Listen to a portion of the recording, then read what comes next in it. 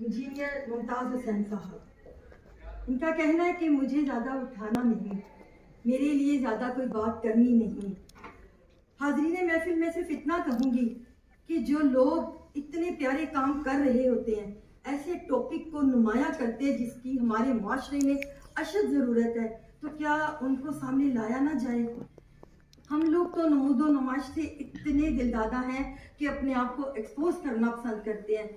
जिन्होंने गोशा नशीनी इख्तियार की हुई है, मैं वही नगीने चुनती हूँ और सब तक पहुँचाती हूँ। और उन्हीं नगीनों में एक बहुत प्यारे नगीने हैं हमारे कर्नल मुमताज़ हुसैन साहब। बहुत शुक्रिया। इनके लिए मैं अपने क्या अल्फाज करूँ कि वो कोई हैसियत ही नहीं रखते। मैं हकीम मोहम्मद सईद साहब के चंद लाइन्स आपको ज़रूर सुनाना पसंद करूँगी। जनाब मोहतरम इंजीनियर मुमताज़ हुसैन साहब हमारे शुक्रिया के मुस्तहिक हैं कि इन्होंने माहौलियाती आलूदगी को गौर व फिक्र और मुताले का मौजू बनाया और तफसील के साथ उसका जायज़ा लेकर एक पूरी किताब मुरतब कर दी। मैंने इस किताब पर नज़र डाली और इसके अब्वाब का जायज़ा लिया। सबसे पहले मुझे जिस चीज़ ने मुतासिर किया, मसले के तमाम पहलुओं का तारुफ था। आप यकीन जानिए कि जब मैंने ये किताब पढ़ना शुरू की इनकी, और उसमें मैं हकीम सईद के जो कमेंट्स थे वो देख उनके तासुरात जब पढ़ रही थी, तो मुझे एहसास हो रहा था कि बड़े लोग बड़े काम भी करते हैं। मुझे आज तकरीब की रौनक को बढ़ाने के लिए अपनी चाहत का हुनर लाए हैं मुमताज़ हुसैन। शुक्रिया इनका अदा करना है मुझको ज़रका, शुक्रिया इनका अदा करना है मुझको ज़रका, मेरे कहने पे यहाँ आए हैं मुमताज़ हुसैन। आपकी भरपूर तालियों में तशरीफ लाते हैं कर्नल मुमताज़ हुसैन साहब। मेरा ख्याल हम सबको खड़े होकर से बात करना चाहिए था, क्योंकि किताबों का लिखना कोई आम बात नहीं, बड़ी बात होती है जो लोग ऐसे काम करते हैं। और साहब ये किताब होकर इतना खूबसूरत मौजूद उन्होंने चुना। मेरा कालम ज़रूर पढ़िएगा और मेरी रिपोर्ट भी देखिएगा, पढ़िएगा, और उसके बाद मेरे चैनल पर तमाम तकरीब की रुदात देखिएगा। बिस्मिल्लाह जी, तशरीफ रखें। हुक्म नहीं जी मेरी। साथियों, ये आपको बता दूं कि जिसने भी जो कलमात कहे हैं, जो कुछ भी हमारा इदारा उसको ऐसे कंपोज करके डिज़ाइन करके पूरी कैटलॉग उस साहिब तकरीब को देता है, अपनी जानिब से ट्वीट करता है। जैसे ये देखिए मेरा बना है, आप में से जिसने जो भी लिखा है, कहा है, वो इस तरह तैयार होगा और इनको पेश किया जाएगा। बिस्मिल्लाहिर्रहमानिर्रहीम, नहमदुहु व नसल्ली अला रसूलिल करीम। मैं शुक्रगुजार हूँ जनाब मलशा काजी साहब का, जिनकी शफ़क़त पिदरी ने ये सब कुछ वो किया जो मैं अंदाज़ा भी नहीं कर सकता था और जो मैं सोच भी नहीं सकता था। मैं तो एक बैठा था कमरे में एक गोशे में, इन्होंने मुमताज़ को बुलाया और फिर मुमताज़ कर दिया। मैं आपका बहुत शुक्रगुजार हूँ। उतनी उर्दू मुझे नहीं आती जितनी माशाल्लाह आपका वो सुखनदानी और बाकी है। इन्होंने इनका शुक्र तो मैं अदा ही नहीं कर सकता, जिस तरह इन्होंने मुझे पजीराई बख्शी। और फिर उसके बाद ज़रका इंटरनेशनल को जब उन्होंने ये टास्क दिया और फिर जिस तरह डॉक्टर ज़रका ने अंजाम दिया, मैं उनकी तारीफ़ किए बगैर भी नहीं रह सकता। मेरा नहीं ख्याल था कि आप इतनी दिलचस्पी, दिलजमी और काफ़ी उसमें गौर खौस करके ये तकरीब करेंगी। मेरा नहीं ख्याल था इतना, लेकिन उन्होंने बहुत ही उम्दा तरीके से इस तकरीब का बंदोबस्त किया। मैं उनका बहुत ही शुक्रगुजार हूँ और उनकी शख्सियत से भी मुतासर हूँ कि किस तरह यंग एज में उनके साथी उनको दागे मुफारकत दे गए और फिर उन्होंने बच्चों को संभाला, 3 बच्चों को पाला और अभी इनकी एज 40 इयर्स है और माशाल्लाह एक इंजीनियर है यूईटी से, एक डॉक्टर है और तीसरा कुछ और ये यूईटी वाले। और मैं हैरान हुआ कि ये कितनी बेसरो सामानी होगी, साथी नहीं था, कितनी तकलीफ होगी, ज़माना कितना जालिम है। और इस दौर में उन्होंने किस तरह इन 3 बच्चों को इनकी आबियारी की और इनको फिर उस मकाम पे पहुंचाया जिसमें आम हालात में ऐसे मियाँ बीवी नहीं पहुंचा सकते। चूंकि ये एक ऐसी तकरीब है जिसमें अहले इल्म है, अहले दानिश है और अहले नज़र है, तो मेरा चूंकि इनके साथ बहुत कम तारुफ था, तो मैं चाहता हूं कि मैं कुछ अपने बारे में बता दूं।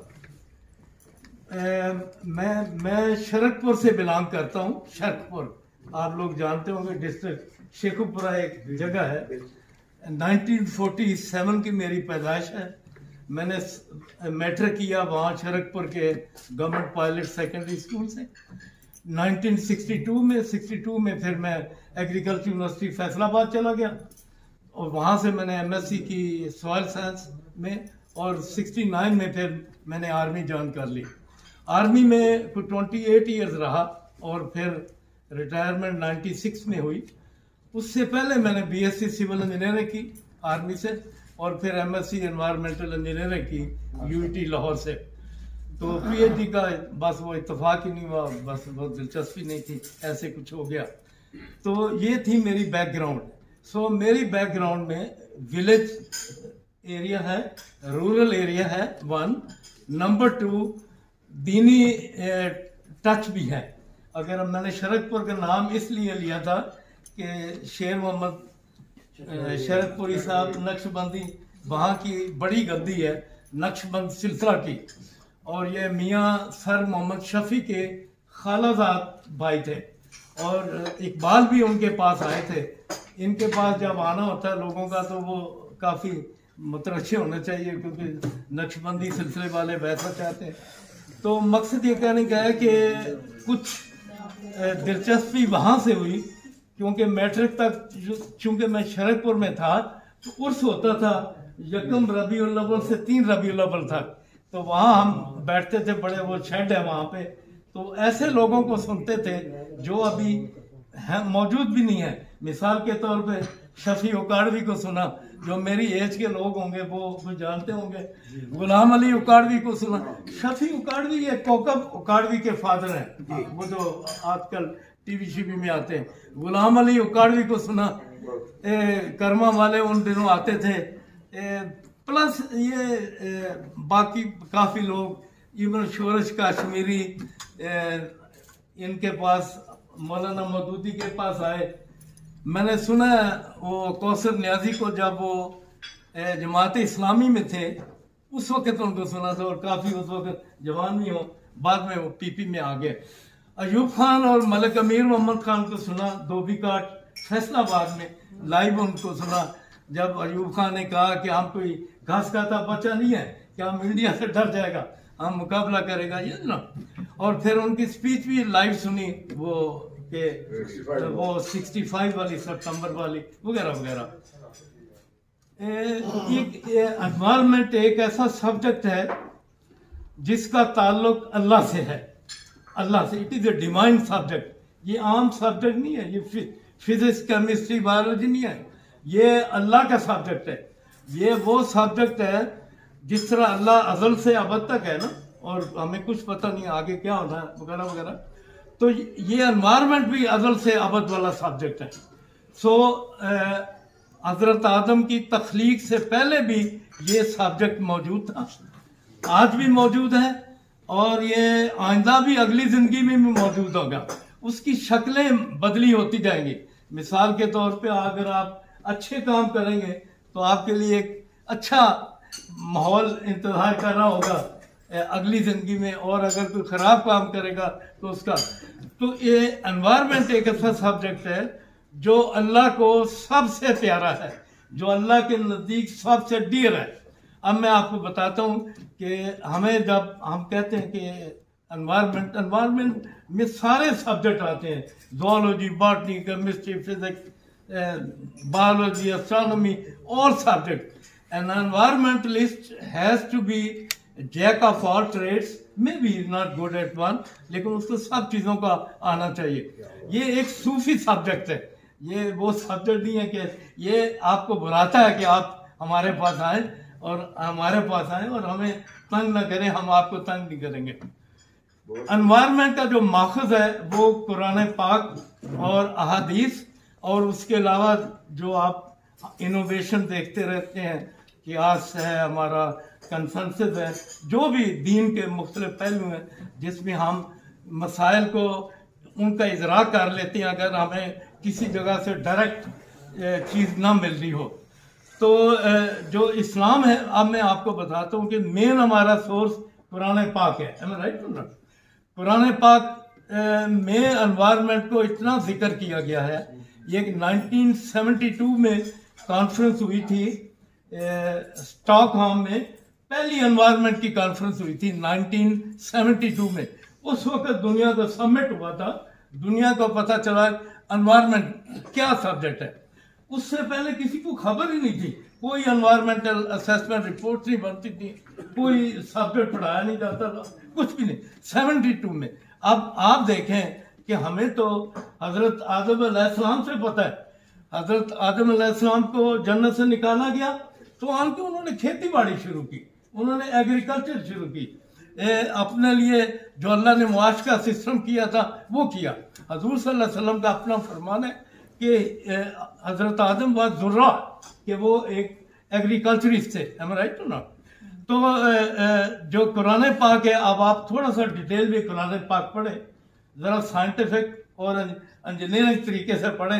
वो एक जो ट्रेडिशनल वे है कच्ची पक्की रोटी वाला, वैसे ना पढ़े। अब आप देखें कुरान पाक में लिखा क्या है। मैं झटकी जुबान, सादा जुबान, I'll just take 3-4 minutes more and then finish it। अल्लाह ने करीबन 7% आयात ऐसी हैं, 7%, जिसमें अल्लाह ने अपने बारे में बात की है। अपने बारे में सिर्फ 7% कि मैं ये हूँ, मेरे फरिश्ते ये हैं, मेरे नबी ये हैं। ईमान की बात की, फेथ की बात की, अगर तुम ईमान नहीं लाओगे तो ये हो जाएगा, और मैं जब्बार हूँ, मैं कहार हूँ, मैं फलाऊँ, अपनी क्वालिटीज बताई। एम राइट हो ना? सिर्फ 7% ऐसी आयात हैं जिसमें ईमानियात का नाम है, फेथ का नाम है, बेसिक ईमान का नाम है। उसके अलावा 13% ऐसी आयात हैं जिसमें अभी हम हज, ज़कात का जिक्र कर रहे थे, नमाज का जिक्र कर रहे थे, वो सिर्फ 13% है जिसमें इबादत का जिक्र है। वर्शिप इबादत, ये जुमा का ये होगा, ये सलातुल वुस्ता ये है, हज का ये है, ज़कात का ये है, फला इबादत का ताल्लुक है। करीबन 13% वो है। बाकी जो 80% है वो हकूकुल इबाद है, आप उसकी डीलिंग है। 80% कुरान जो है वो हकूकुल इबाद में है और उसकी डीलिंग के बारे में बात करता। मैं सादा ज़बान में फिर बताता हूँ आपको कि इस 80% में है क्या। इस 80% में अल्लाह मियाँ ने दरख्तों का नाम लिया, वत्तीन व जैतून, पहाड़ों का, वतूर सीनीन, जानवरों का नाम लिया, शेर का, मच्छर का, मक्खी का, और पता नहीं किस किस का, छोटे छोटे जानवरों का नाम लिया, दरख्तों का, जानवरों का, पहाड़ों का। और अल्लाह मियाँ ने ये कहा 80%, और ये कहा कि वालिदैन ये होते हैं, बीवी बच्चे ये होते हैं, इनका किस तरह करना है, फलां पैगंबर के थ्रू और फलां हकीम लुकमान के थ्रू कहा कि ऐसा करो वैसा करो। तो ये 80% जो कुरान पाक है वो हमारा हकूकुल इबाद है। हकूकुल इबाद के बगैर आप ना जन्नत जा सकते हैं, ना आप अल्लाह को पकड़ सकते हैं। बदकिस्मती ये है कि हमें हकूकुल इबाद पढ़ाया नहीं जाता। हमें सिर्फ ये बताया जाता है कि उधर हज करोगे तो उसका ये फायदा होगा, इतना मिलेगा, ज़कात दोगे तो इतना मिलेगा, और सदका करोगे तो फलां मिलेगा। इधर बेशक माँ बाप को घर में गालियाँ देते रहे और फलां करते रहे। तो 80% कुरान पाक इस सब्जेक्ट ऑफ एनवायरनमेंट। ये मेरी कैटेगोरिकली स्टेटमेंट सुन लें कि कुरान पाक जो 80% है वो है ही एनवायरनमेंट है। उसमें बताया गया कि वो पैदाइश के बारे में बताया गया पैदाइश के बारे में, ड्रेस के बारे में बताया गया, चलना फिरना किस तरह, खाना पीना किस तरह खाना, वगैरह वगैरह। तो 80% कुरान आपका हकूकुल इबाद है, और अल्लाह ने कहा कि हकूकुल इबाद की अगर नफी करोगे तो फिर जन्नत का रास्ता नहीं मिलेगा। नंबर 1। नंबर 2, इवन ये कहा कि अगर वालिदैन के साथ गड़बड़ करोगे तो इसी दुनिया में उसकी पनिशमेंट मिले, आगे तो जो होना होना इसी दुनिया में। सो आप देख लें कि जो लोग वालिदैन की नाफरमानी करते, तो 80% कुरान पाक आपका प्रॉपर्टी के बारे में है, आपका ताल्लुकात के बारे में, ये सारा है, दरख्तों के बारे में है, पौधों के बारे में, यही कुछ लिखा हुआ, मक्खी के, मच्छर के, शहद की मक्खी का फलां, यही कुछ लिखा। इसके अलावा तो और कोई पेचीदा चीज लिखी नहीं। और फिर अल्लाह ने दावा किया कि मैंने तो ये आसान बनाया है, अब आप इसको समझे। मैंने एनवायरनमेंट में एक तो मैंने आपको बैकग्राउंड इस वास्ते बताई थी कि वो कुदरती एनवायरनमेंट के साथ ही ताल्लुक रहा। इवन यूनिवर्सिटी में भी गए तो चादर पहन के, डी ग्राउंड अगर फैसलाबाद लोग जानते हो, तो वो दरख्तों के नीचे पढ़ते थे। उन दिनों तो खैर एसी में ऐसी बाकी कमरे चीज़ें तो होती नहीं थी, तो ये बहुत ताल्लुक रहा। अब प्रॉब्लम ये है कि एनवायरनमेंट की हर बंदा बात करता है, लेकिन एनवायरनमेंट की तह को पहुंचने के लिए कोई बंदा रिसर्च नहीं करता। अब ऐसे सोल्यूशन देंगे जो कि बड़े ना प्रैक्टिकेबल ना हो, थ्योरेटिकल हो, जिस तरह ये क्लाइमेट चेंज का बड़ा शोर शराबा है, और इधर उधर से सुन के, खास तौर पे मुसलमान जो है वो इधर उधर से सुन के, वेस्ट से सुन के वो सोल्यूशन देते, अपनी तो ये कोई प्राइमरी रिसर्च ही नहीं करते। तो अल्लाह ने तो कुरान पाक में क्या लिखा, इल्म हासिल करो, फलां करो, यही कुछ लिखा। अब आ जाए हजूर सल्लल्लाहु अलैहि वसल्लम की जिंदगी पे।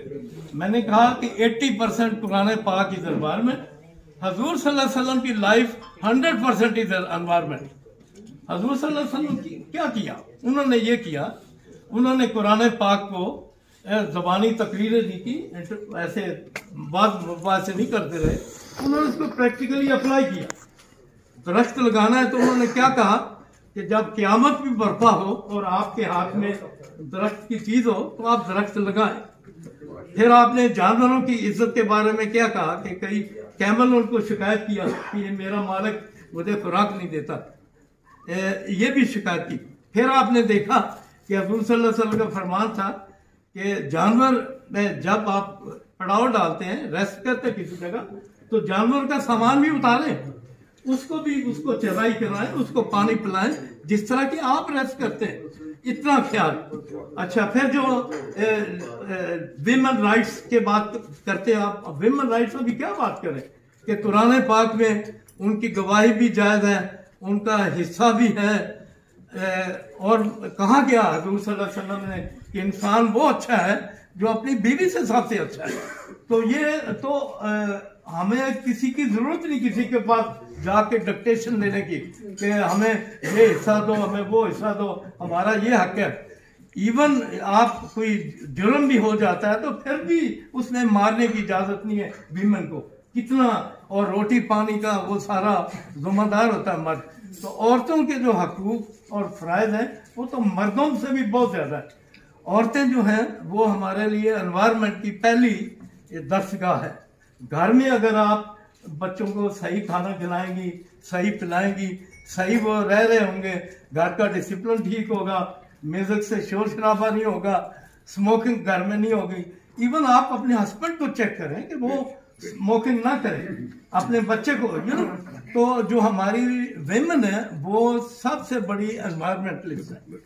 तो फिर मुझे शौक पैदा हुआ, पहले तो एनवायरमेंटल असेसमेंट करते रहे, यूनिवर्सिटी में ये पढ़ाया भी बहुत, Lahore college for women university Kinnaird ये हो। तो अब आखिर में फिर मैंने देखा कि ये तो कुरान पाक हुज़ूर सल्लल्लाहु अलैहि वसल्लम की जो उनकी जो हदीस है वो सब की सब ही एनवायरनमेंट के साथ ताल्लुक। यकीन जाने जब मैंने आहिस्ता आहिस्ता पढ़ना शुरू किया, क्योंकि मैं खुद भी तो सेकुलर एजुकेशन लिया, मैंने तो कोई दीनी तालीम नहीं ली, लेकिन वो हर एक चीज़ का सलूशन मौजूद है।